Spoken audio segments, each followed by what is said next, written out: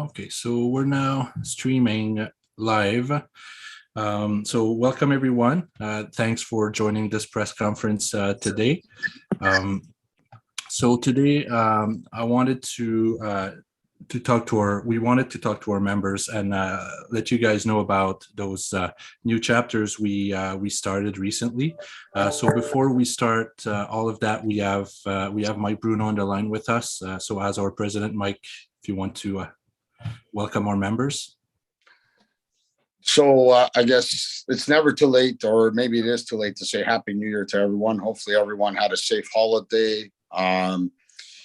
Those that like myself who had Omicron, now I'm like full of power. So I've got 6 months to 5 years of not getting Omicron again. So, gave me a little bit too much power. Now I'm like a superhero against Omicron. So hopefully for those that had it, it was a mild case. I just want to thank everyone for attending the call. I want to thank Stefan and our team at FenCan for doing such a great job over the last year, the last couple of years. Unfortunately, a lot of the same things are going to be happening in 2022 from the standpoint of FenCan that occurred in 2021 and 2020, some virtual things. We were really hoping to do a road trip and get out there to see everyone. The plan is still there. It's still part of our goal. And I think with our regional committees coming up, our chapters coming up, really, really strong leadership we have in each area, I'd ask everyone on the call and those across the country to participate in those because they're going to be absolutely critical for this year and the future of our association. Once again, I'd like to thank everyone for joining us today, and I'll pass it back on to Stefan. Thanks, Mike. So today I want to let you guys know a little bit of what happened with the chapters. So as a member, so for those who are members who are on the call, you guys know that we had a vote in December to kind of officialize the chapters set up within Fenestration Canada. So just to make sure that everyone is aware, this vote passed. And now, as of January 1st, 2022, those chapters are official.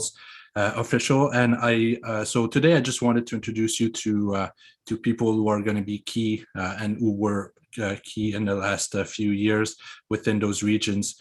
Just so you guys, as members, as media, as non-members, if you have questions about what they've been doing, what they're going to do, now's going to be the time. Before we start discussing that, I just wanted to point out that we have a regional week coming up. So Mike, you touched on it. We hope to do those 5 different events in person. That was the plan, to get you guys there, network, ask questions in person if possible, give you services. So we had to do this online instead, but we still are planning to do those in-person event a little later in the year if the health situation permits. So just so you guys understand and know, February 15th to 17th, we're gonna host a regional week that's going to be presented by Roto. So thanks to them. And registrations are open right now, so just go on the website and sign up. It's free for members, so pretty easy. And if you don't know where to sign up, reach out to us and we'll help you with the process. So with that being said, let's discuss the new structure here. So it's nothing crazy, but I feel like we never really we don't present it a lot, like what the structure is. So this gives me an opportunity to do it today. So of course we have the board of director, with the executive committee, and myself as executive director. So we work closely together to make all this stuff happen. And then now, instead of committees, we have chapters. So today we have people from those chapters that I want to introduce to you. And if you can see, the last part at the bottom is really what we have as departments and in-house or full-time, part-time consultants. So that's what we offer in terms of staff to our members. So today I just want to introduce you to these guys. And I just want to point out what we have as committees and task groups. So this is an idea, what you see on the screen right now, of the national committees we have. So if you guys would like to be involved in those committees, reach out to the chair, reach out to us at the office. We'll put you in contact with the chairs if you don't know who they are. You can find that on the website, but we'll be more than happy to introduce you guys. And for most of these committees, they're always looking for people to give their input. So back to this slide here. The first person I want to introduce to you is Adrian Edge, who's the chair of the BC chapter.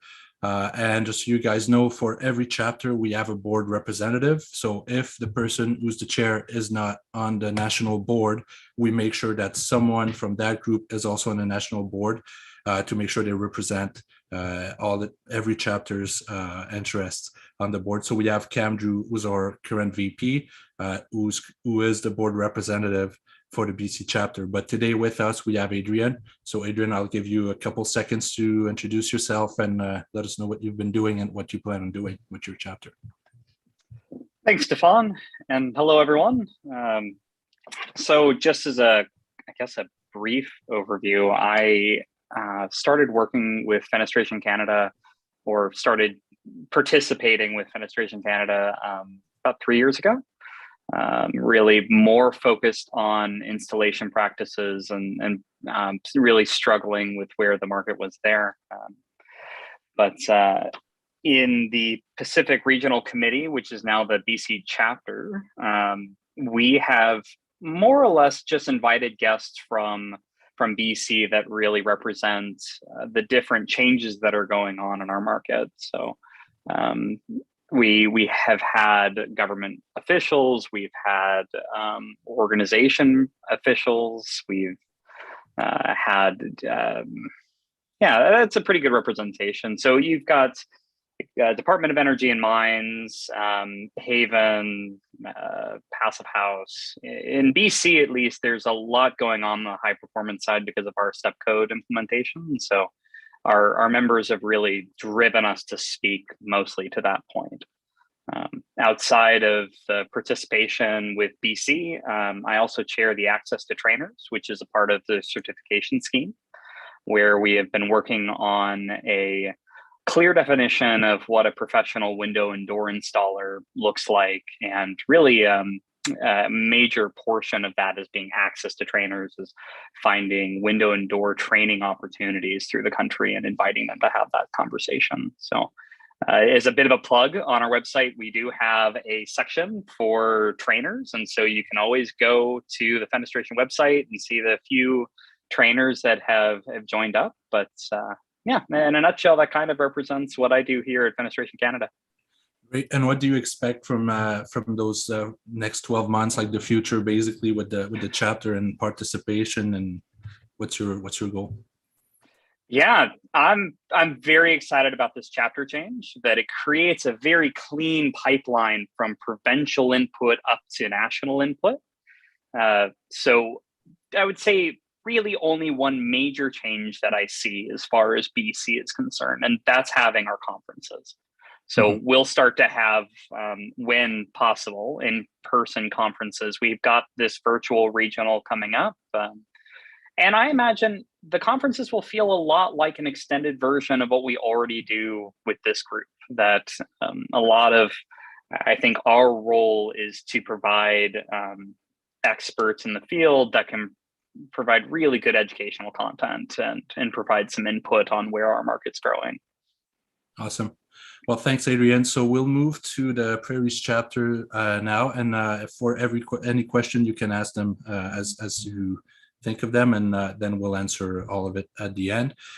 So for Prairies, the board representative is Eddie Cho, and on this call today with us, we have Rick Prees, who's the chair, and Nicole Bird, who's the co-chair. So I don't know who wants to start to tell us a little bit about their, well, Rick, here you go. I'm going to make this really brief because the Wizard Lake internet is unstable. Yeah, here you go. I've been kind of feeding some stuff over to Nicole, so I'm going to turn it over to her before I freeze up if I already haven't. So Nicole. So I'm fairly new to the committee, but I think it's important for us to be the voice for each region. So I think Right now, we're just planning some content for our next presentations. We've done some panel groups yeah, just trying to encourage member engagement. I don't really see too much difference from the committee versus the chapters, but hopefully we can just grow stronger and yeah, just continue to really promote membership engagements within our region. Yeah, and since we started that, the committees, we saw a lot more involvement from this specific region. So I feel like now with the chapters, we can even put more resource behind all of that. So that would be one of the major change, I would say. But yeah, you're right. I mean, we've been doing good work already, that's for sure. Okay, thank you, Nicole. Now we're going to move to the Ontario chapter. Board representative is Jason Waddell, who's also our membership chair. And we have Marco as the chair, Marco Greco as the Ontario chapter's chair. So Marco, if you can take it from here. Good morning, everybody. Thank you very much. Hope everybody's doing well. Very similar to the other committees. We're kind of just picking up where we left off. Obviously, last year was quite tumultuous. So main objectives for this group are going to be membership drives. Ultimately, the in-person event, which is going to be hosted later on, will be the crux of that drive. But in the meantime, the pressing issues that I think all of us are facing, how has COVID impacted us, which is a reflection of operations and health and safety, and ultimately, how do we resurge the economy? And those two things, what we're going to be addressing very shortly in the next Ontario committee is basically community involvement, expanding membership, and we're going to have some presentations regarding grants and bursaries. I'm not sure if you're aware, but there's a manufacturing publication that comes out, I think it feels like every week, pertaining to funding that's available both on the provincial as well as federal level. So this forum is going to give us an opportunity for myself, Jason, and Tarek. I know Tarek's not on the call, but Tarek is also going to be co-chairing the Ontario committee with me. Both, I probably should have started off with this. It's a welcome addition to the team. Ontario is, I guess, a rather large manufacturing center, and the extra hands are well appreciated. So thank you, Jason. Thank you, Tarek, for joining in. But back to what I was saying. So funding for manufacturing, that's going to be a big thing in the first quarter. So both online and in-person events, I have a number of people lined up to discuss SHRED and other kind of government funding programs that are available for manufacturing in Ontario. And that's the gist of it. That's what I've been working on, and that's what we're going to be driving forward with. Hopefully, we're going to be able to meet in person and really ramp up the membership in Ontario, because we have a high concentration, and we need a little bit more involvement, a little more commitment from those members. And hopefully, with the added muscle of Jason and Tarek and myself, that we're going to be able to corral a little more interest and corral a little more, what can I say, motivation in the right direction. So we're excited and looking forward to the year ahead and meeting new people and expanding our networks in Ontario. Perfect. Thank you. Thanks, Marco. Thanks. So now we're going to switch to French for a couple of minutes, so don't adjust your stream. On va vous parler du chapitre du Québec donc on va vous parler des représentants au niveau du conseil d'administration. Pour ce chapitre-là, c'est Jean-François Kogovsek qui va agir en tant que représentant, et on a Marie-Pierre Houle qui est la présidente du chapitre. Je ne sais pas, Marie-Pierre, je ne sais pas si je la vois en ligne. Oui, parfait. Marie-Pierre, tu peux commencer, ou je ne sais pas si c'est Jean-François. Je vais laisser Marie-Pierre, vous qui êtes le chairman, donc vas-y Marie-Pierre. Exact. Donc, du côté de mon implication là, au niveau de Fenestration Canada, en fait, là, je suis présente là, depuis que les comités ont été créés en tant que membre. Puis, j'ai adhéré là, en tant que chair depuis le début de l'année dernière. Là. Donc, je suis encore là, dans une première année de mandat. Là, donc, c'est encore une adaptation là, de mon côté. Donc, prendre connaissance là, de ce qui a été fait, puis déterminer là, où est-ce qu'on veut aller. De notre côté, là, on est à favoriser l'implication des membres du Québec. Là, en fait, dans le comité, là, on cherche une façon là, d'avoir plus de membres qui s'impliquent là, au niveau du comité, puis plus de membres aussi provenant du Québec. Là. Donc, on est à élaborer des stratégies pour ça. Côté projet, concrètement, là, on est à travailler sur un projet qui est la création de contenu de formation là, sur des sujets techniques spécifiques là, pour la formation des employés, pour diffusion sur les médias sociaux. Là. On constate qu'il y a une force technique là, très puissante là, chez Fenestration Canada, puis on cherche une façon d'exploiter ça de façon interactive, virtuelle, là, puis pour aller chercher le plus de gens possible. Là. Fait que ça, c'est un projet sur lequel on travaille. On cherche aussi beaucoup à favoriser une bonne communication entre les fournisseurs et les manufacturiers. On sait qu'au niveau de la chaîne d'approvisionnement, les dernières années même sont pas super évidentes. Là. Fait qu'on cherche vraiment une façon là, pour que ces gens-là soient en bonne communication pour essayer de rendre ça le plus facile possible pour tout le monde. Puis je crois que ça ressemble à ça. Jean-François, il y avait-tu quelque chose? Ah oui, puis je remarque aussi, on cherche une façon, on veut travailler là, pour encourager d'autres partenaires, en fait, là, des professionnels liés à notre industrie. Par exemple, on avait ciblé des architectes, des ingénieurs. On voudrait trouver une façon de faire participer ces gens-là à notre industrie parce qu'on sait qu'au quotidien, ils sont très liés à nous. Puis, on aimerait là, développer là, notre relation avec ces gens-là puis mieux leur faire connaître notre industrie. Super. Jean-François, est-ce que tu as ajouté qu'on est à la recherche d'un co-chair pour Marie-Pierre qui connaît un bon coup de main. Alors, s'il y a des gens intéressés, envoyez ça à Stéphane pour votre intérêt. Puis, après ça, on verra où on va aller. Parfait. Merci, Jean-François. Merci. Okay, so I feel like we could keep going in French since we're moving to the Atlantic, but we'll revert back to English to make it easier on our Atlantic chairs here.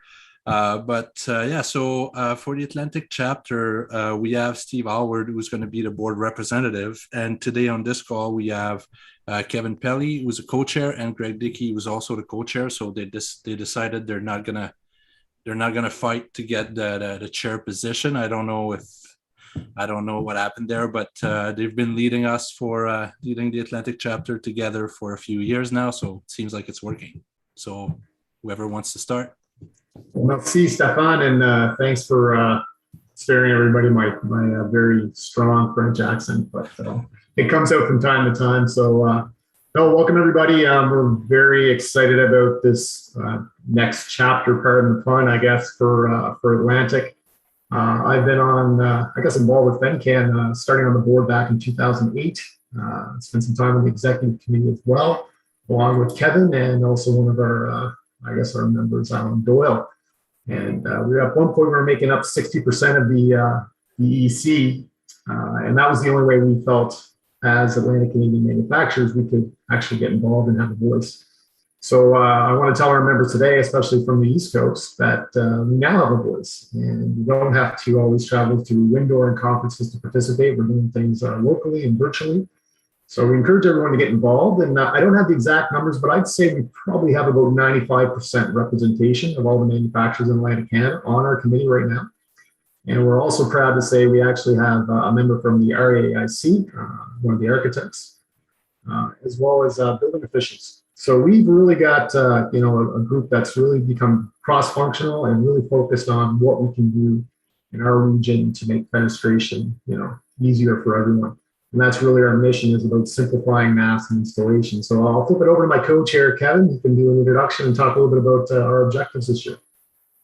Okay, Greg, thanks. And Well, when I'm not busy watching my Habs lose, I spend a little bit of time on some Fenestration Atlantic, Fenestration Canada stuff. So to Greg's point, I guess I've been around the association for, I guess I'm one of the old guys, so over 20 years probably between the executive and the board. So I'm really excited. We chatted about getting more representation across the country over time, and it's really exciting that we have these chapters. So, you know, we're part of a large national association, but yet we can look at our own regional challenges. In each part of the country, we have our own challenges, you know, on windows and doors. So as Greg mentioned, we're lucky we've got a building official and an architect involved in our committee. And one of the things we found out, and one of the goals of our committee, is to educate and promote NAFs, but we get a loud message from them that we need to simplify it. And if you think about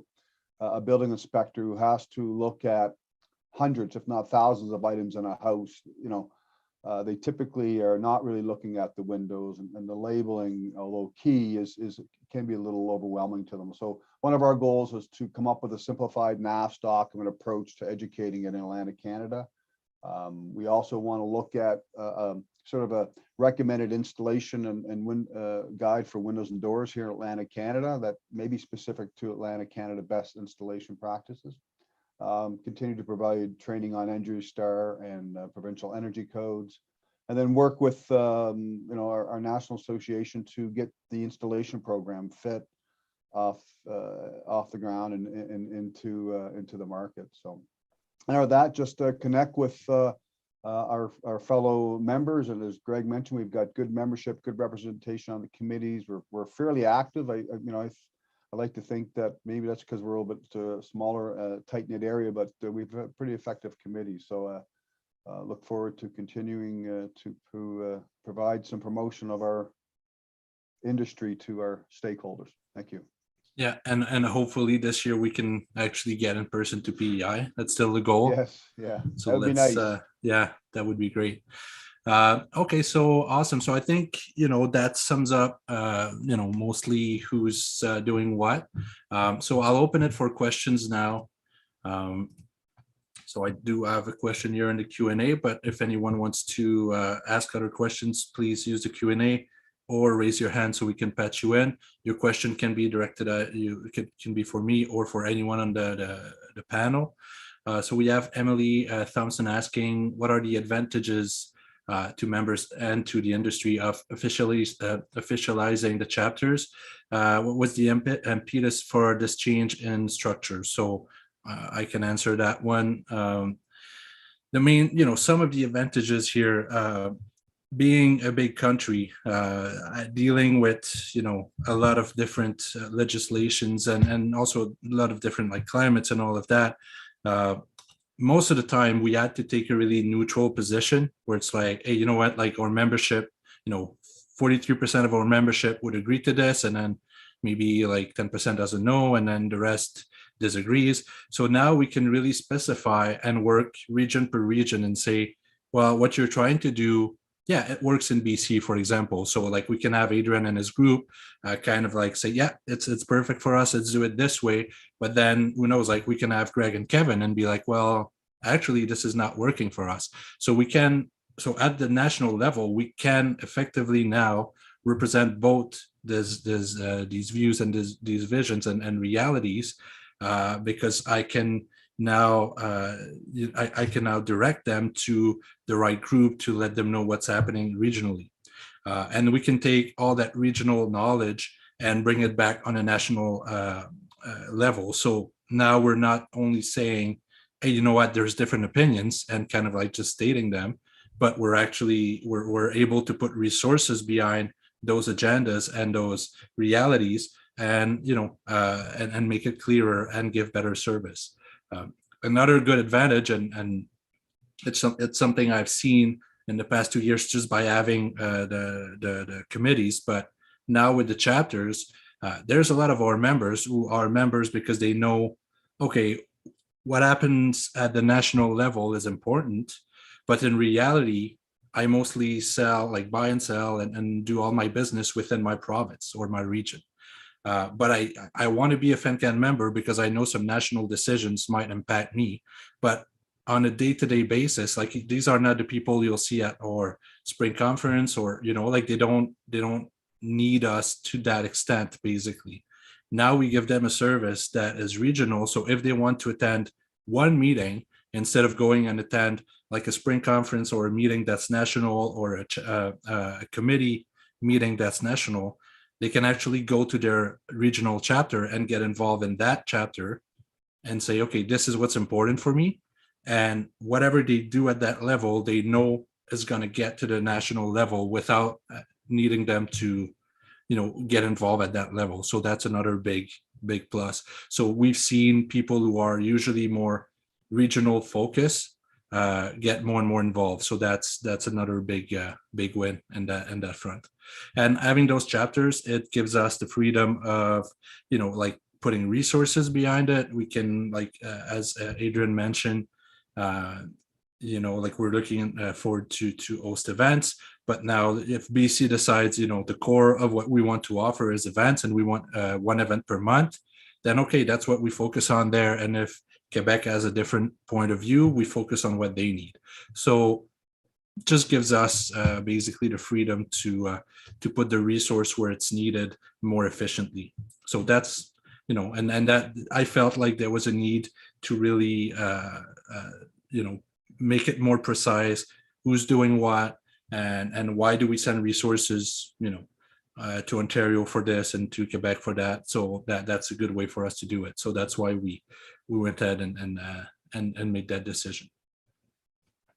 So I hope it answers your question. Do we have any? I didn't see any other question come in. So do we have more questions online? Let me just check. Doesn't look like it. We'll give it a couple of seconds. Just Stefan, Pat Yes. Flannery just raised his hand. Oh, okay. I didn't see it. No, that's me. Wrong button. Okay. So let me. Oh yeah. Now I see it. Thanks. Just batch him in. Hey Patrick, you should be online now. Hey folks, how you doing? Good. Good to see everybody. Yeah, just great news about the chapters. I'm Pat from Fenestration Review Magazine, by the way, for anybody who doesn't know. Just wanted to first of all caution Mike Bruno that ivermectin might possibly cause unexpected hair growth, so he'd better be careful. But anyways, we'll move on from that as quickly as possible. The next thing is what I wanted to do was I thought a fun thing to do would just be to go around the horn of the chairs and get everybody to pick out one issue that you think is particularly unique to your area. What is something about your region that is maybe different than the rest of the country in terms of the window and door industry in your area. So why don't we start west to east and get Adrian to start us off. That's a cool question, Patrick. We are talking a lot about it in our chapter, but very specifically in BC. And I'm just going to preface that I believe this has wider effects than just us. Just at the moment, we've been impacted by it pretty severely, is solar heat gain coefficient. So we are dealing with a lot of glass on buildings, and there is a lot of passive heating focus coming out of the different modelers that we're using. So we've been spending a fair bit of conversation space trying to gauge and understand how we're going to both educate our members and provide resources. And I believe some of the technical chairs or the technical members and some of the staff at Fenestration Canada has been great to kind of bridge that gap. But for now, I would say that is probably one of our biggest major topics, but we have a few in BC that I would say is coming up. Great, thanks. Next, I guess, would be Prairie, Rick, or well, depending on the Wizard Lake internet connection. Hey, Patrick, sorry about that. Anyways, basically, most of our issues that we're coming across are the same ones on a national level when it comes to dealing with the COVID manpower issues, getting people to come to work. that type of thing. Specifically, we've had a little bit of rumblings lately about, who's inspecting now that we're. Nope. Rick, you're muted now. Down on NAFs, there's the enforcement is something in Alberta. And before I lose you guys, I'm going to maybe pass it along to Nicole for another comment or two. I really much to add. I mean, we're definitely what Rick was saying, more on the national level. Our situation isn't or we don't have quite the strict codes that BC has, but I would definitely say we're in the same boat as everyone else. Maybe we can add advocating for a good internet access in far regions, remote locations. Broadband to rural Alberta. Critical. Awesome. Marco, what about a big one in Ontario has got to be maybe the trucking, some of that stuff, or what else is what's something that you think is specific to Ontario that's going to be of concern to you guys? Yeah, I mean, I don't want to cop out, but I think Ontario isn't much of an outlier. All the effects and issues that everybody's feeling are only amplified in Ontario. The trucking issue is asinine. We're already seeing the effects of it. I know there's other industries that are already being impacted quite heavily. So I mean, yeah, that's paramount. But ultimately, what can I do as the chair of Ontario? I can kick that up to Stefan, and he can lobby some individuals to repeal, or I don't even know if it's passed into motion, but I think we received an email, and that's the pressing issue. But like I said, the issues that we were concerned with are affecting everyone. Labor is a big one, supply chain. But in terms of labor, I mean, I think that we're seeing some positive developments on the college side of things. A number of colleges are bringing in new programs specifically designed for these kind of niche trade positions. So we're going to be working on that in the background. So I guess training and preparing the next generation of people in the industry, that would be the most pressing issue right now. Before I let you go, Marco, your opinion on the changes to the Ontario College of Trades over to the skilled trades. Not that it's been much more than a tweak, but it's definitely an Ontario thing. Honestly, I can't speak too intelligently on that. I feel that if it goes to a smaller body, it'll be handled more closely. And I think just looking at the titles, it's a suggestion that it's more of a grassroots movement, more of a geared towards the colleges. So they're going to be determining their own kind of, how can I say this, their own outcomes instead of being regulated as much. If that's accurate, that's my feeling on that. Do you have anything to add on that, Patrick? If I missed the mark on that? Well, I'm going to be talking to Monty McNaughton on the podcast tomorrow. Yeah. And I'll hopefully get some more details from him then, although he's only going to have 15 minutes for me. But we'll watch your Fenestration review channels for more. So we have Mike who wanted to chime in. Yeah, Mike wants in. Yeah, Patrick, I'm kind of feel a little bit disappointed. First, you criticize me, and then you don't ask me any questions. But there's one thing that I think all of us need to look at our industry now is. We're talking about the workforce shortage, labor. I think what we need to do is we need to look at ourselves and find out how we can, in our industry anyways, how we can change managing our employees. Europe started the 4-day work week. I think that's something that, every chapter, every region, every manufacturer should start looking at.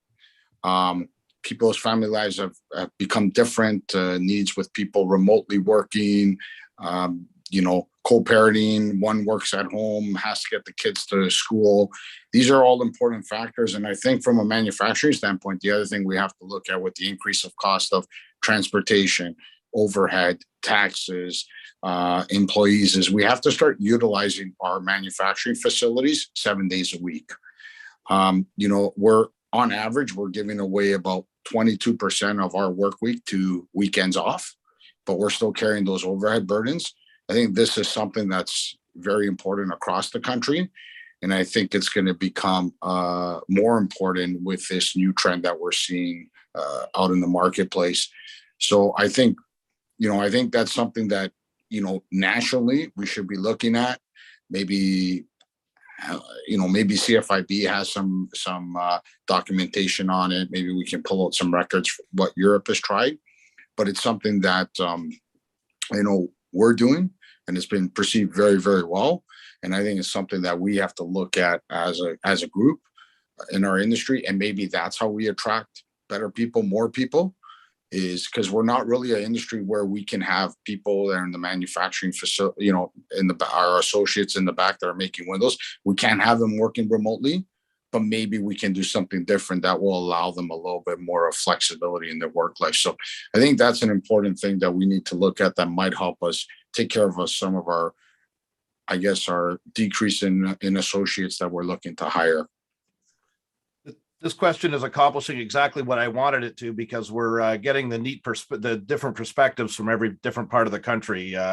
Mass production top of mind in Ontario. That's awesome.